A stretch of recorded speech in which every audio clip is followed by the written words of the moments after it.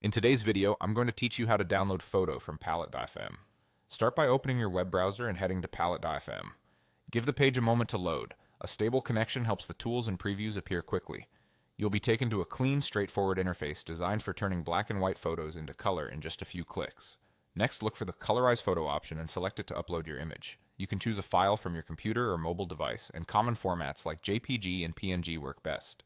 If your file is large, don't worry. Processing may take a bit longer, but it's normal. As a quick tip, try to use the highest quality version of your photo for the best color results. Also, be mindful of privacy. Only upload images you're comfortable processing online.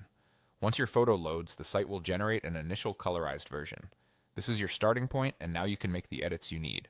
Explore the available styles or filters to see different interpretations of your photo's colors. If there's an intensity or strength slider, adjust it to dial the effect up for a vivid look or down for a more natural finish. Pay attention to details like skin tones, skies, and foliage. Subtle tweaks often make the image feel more realistic. Zoom in to check edges around faces, clothing, and backgrounds, and fine-tune until the colors feel right.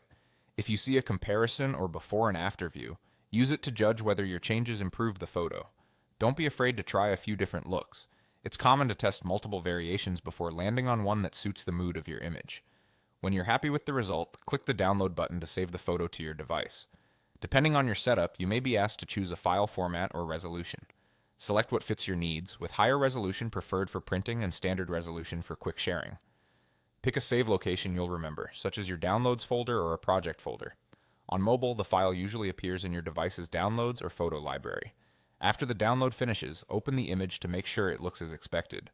If you plan to use it in a project, consider renaming the file and keeping it with your other assets for easy access later. And that's it. Go to Palette.fm, upload, edit to taste, and download your finished colorized photo.